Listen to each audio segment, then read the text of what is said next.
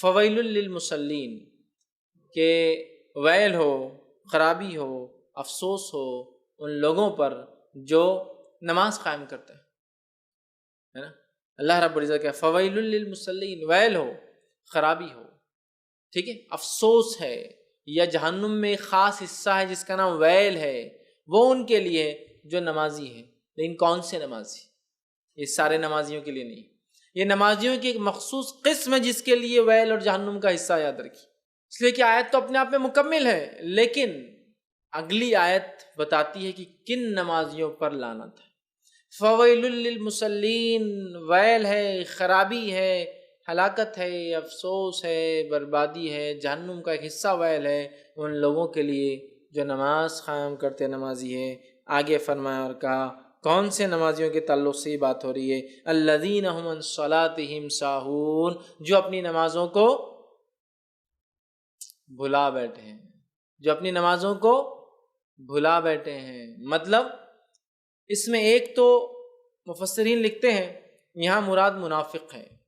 یہ فویل للمصلین، لعنت ہو نمازیوں پر، یہ منافق ہے جو دل میں کفر رکھتے ہیں، ظاہر ایمان کا دعویٰ کرتے ہیں، پھر نماز پڑھے تو یہ نماز لعنت کے علاوہ کچھ نہیں ہے نماز ان کی۔ ایسے لوگ جو نفاق رکھتے ہیں دل میں، جو نماز بھی پڑھے تو لعنت ہے وہ نماز ان کے لیے، ایک یہ ہے۔ لیکن مفسرین اور بھی اس کے معنی لیے ہے فویل للمصلین، لعنت و خرابی و نمازیوں کے لیے، الذین هم عن صلاتهم ساہون، جو اپنی نمازوں کو بھلا بیٹھے ہیں، ٹھیک ہے، سہو کرتے ہیں، جن کے تعلق سے یہ نمازوں سے غافل ہے، یہ بھی ترجمہ ہے، جو اپنی نمازوں کو بھلا چکے، اس سے غفلت برت چکے، اس سے غافل ہے، اس کو بھول چکے ہیں، جس میں ایک یہ کہ نماز سے غفلت، مطلب کبھی پڑھتے ہیں کبھی نہیں پڑھتے ہیں، نماز سے غفلت، کبھی پڑھتے ہیں کبھی نہیں پڑھتے ہیں۔ اللہ رحم کرے، ہم میں سے اکثر کا حال یہی ہے، مصیبت آ گئی نمازیں چالو، ایگزام آ گئے نمازیں چالو، بیماری آ گئی نمازیں چالو، بزنس ڈوب رہا نمازیں چالو۔ جب نماز کو مسجد میں آ تو مسجد والے پوچھ رہے کیا بات ہے، کو مصیبت، پریشانی، بیماری، ایگزام؟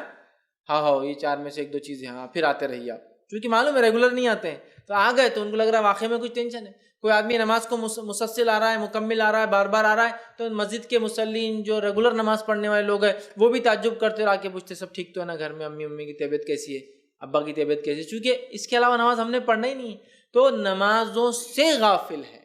مطلب کبھی پڑھتے ہیں کبھی نہیں پڑھتے ہیں، ضرورت پڑنے پڑھتے ہیں، ضرورت ختم ہو جائے نہیں پڑھتے ہیں، جب دل بولا پڑھتے ہیں، جب دل نہیں بولا پڑھتے ہیں، جب سہولت لگے پڑھتے ہیں، جب سہولت لگے نہیں پڑھتے ہیں۔ فجر میں نہیں جمتا، سہولت نہیں جمتی، عشاء میں نہیں جمتا، سہولت نہیں جمتی، عصر اپنے کو نیند میں چل جاتی، مغرب ذرا آسان چل جاتی، اذان ہوتی ہے، نماز تو پن چل جاتے اس کے لیے۔ تو سہولت ہے تو پڑھتے ہیں، سہولت رہی تو نہیں پڑھتے، دل بولا تو پڑھتے، دل نہیں بولا تو نہیں پڑھتے، مسئلہ کوئی مسائل ہے تو پڑھتے ہیں، مصیبت ہے تو پڑھتے ورنہ نہیں پڑھتے۔ تو نماز سے غافل ہے ایک پہلا انسان، پھر مفسر لکھتا دوسرا نماز میں غافل ہے، وہ بھی اس میں شامل ہے، ایک نماز سے غافل ہے اور ایک نماز میں غافل ہے، مطلب نماز تو پڑھتا ہے لیکن غفلت برتتا ہے، غفلت برتتا ہے نماز۔ تیسرا فرماتے ہیں ہمیشہ نماز کو آخر وقت میں پڑھنے والا بھی اس میں شامل ہے، نماز سے غفلت برتنے والے میں یہ بھی شامل ہے جو نماز کو، علامہ ابن کثیر اپنی تفسیر میں تمام باتیں لکھتے ہیں، وہ نماز سے غافل ہے، اس سے مراد ہمیشہ آخر میں پڑھتا ہے، ہمیشہ آخر میں پڑھتا ہے۔ اور منافق کی نماز کے تعلق سے تو نبی اکرم صلی اللہ علیہ وسلم یوں فرمایا، اور مسند احمد کی روایت ہے، نبی اکرم صلی اللہ علیہ وسلم فرماتے ہیں وہ منافق کی نماز ہے، وہ منافق کی نماز ہے، وہ منافق کی نماز ہے۔ صحابہ نے کہا کون سی نماز منافق کی ہے؟ کہ وہ پہلے بیٹھا رہتا ہے یہاں تک کہ عصر کا وقت ختم ہونے آتا ہے، سورج ڈوبنے لگتا ہے، پھر دوڑے دوڑے جاتا ہے اور پھونک مار مار کے نماز پڑھتا ہے جلدی جلدی، وہ منافق کی نماز ہے۔ مطلب ایک تو لیٹ پڑھتا ہے،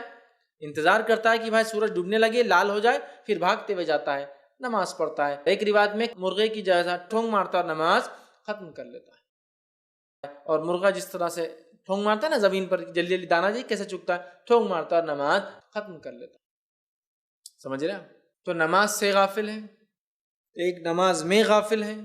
ایک نماز کو ہمیشہ آخر وقت میں پڑھنے والا شامل ہے۔ اسی طرح فرمایا ارکان اور نماز کے شروط کو پورا نہ کرنے والا بھی غفلت میں شامل ہے، کہ جو نمازوں میں غفلت برتے یہ بھی اس میں شامل ہے، مطلب جو اس کے ارکان اور جو شروط ہے، مطلب نماز جیسی پڑھنا چاہیے جو اس کی کنڈیشنز ہیں وہ فلفل نہیں کرتا ہے، مطلب وضو کر رہا ہے تو بس کیسے بھی کر رہا ہے، ایڑیاں سوکھی ہے، کونیاں سوکھی، کو پرواہ نہیں۔ آج ہوتا ہے ہمیں اکثر لوگ ایڑی سمجھتے نا، اور خاص طور سے پچھلا حصہ پیر کا، اور اس میں بھی جو ہے یہ طرف سے، چونکہ ادھر پیچھے کا حصہ ہڈی نکلی بھی ہوتی ہے نا، تو ادھر کا سوکھا رہ جاتا ہے۔ نبی اکرم صلی اللہ علیہ وسلم نے ایڑیوں کے تعلق سے خاص حدیث میں اپنے ایڑیوں کو جہنم کی آگ سے بچاؤ، مطلب بھگاؤ ان کو وضو کے اندر، سوکھی رہ جاتی ہے۔ اور وضو میں جتنے اعضاء بھیگنا ضروری ہے اتنے اعضاء اگر نہ بھیگے تو وضو نہیں ہوتا ہے۔ تو نماز کی شروط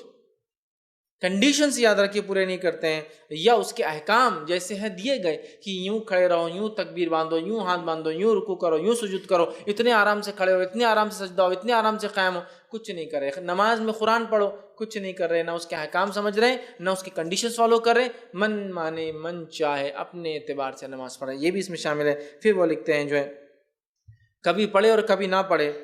یہ بھی اس میں شامل ہے، اور خشوع اور خضوع کے بغیر نماز پڑھنا یہ بھی اس میں شامل ہے۔ اور پھر علامہ ابن کثیر لکھتے ہیں جن کے اندر یہ 4-5 صفتیں ایک ساتھ پائی جاتی ہے وہ تو پھر اس میں شامل ہی ہے، جس کے اوپر لعنت ہے، جو نمازوں غافل ہے، اللہ نے کہا نا فویل للمصلین میں وہ شامل ہے۔ جس میں سے 1 2 3 یا یہ صفتیں پائی جاتی ہے تو اس میں یہ کمزوری ہے، وہ جب تک کہ اس میں رہیں گا،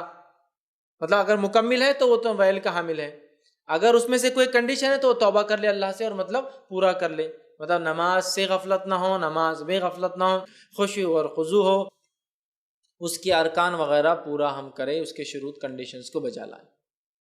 سمجھ رہا؟ یہ بڑی اہم چیزیں یاد رکھیے۔ اور منافقین جو ہے آخر میں نماز پڑھتے ہیں، آخر وقتوں میں، اور جلدی جلدی نماز پڑھتے ہیں۔ آگے کا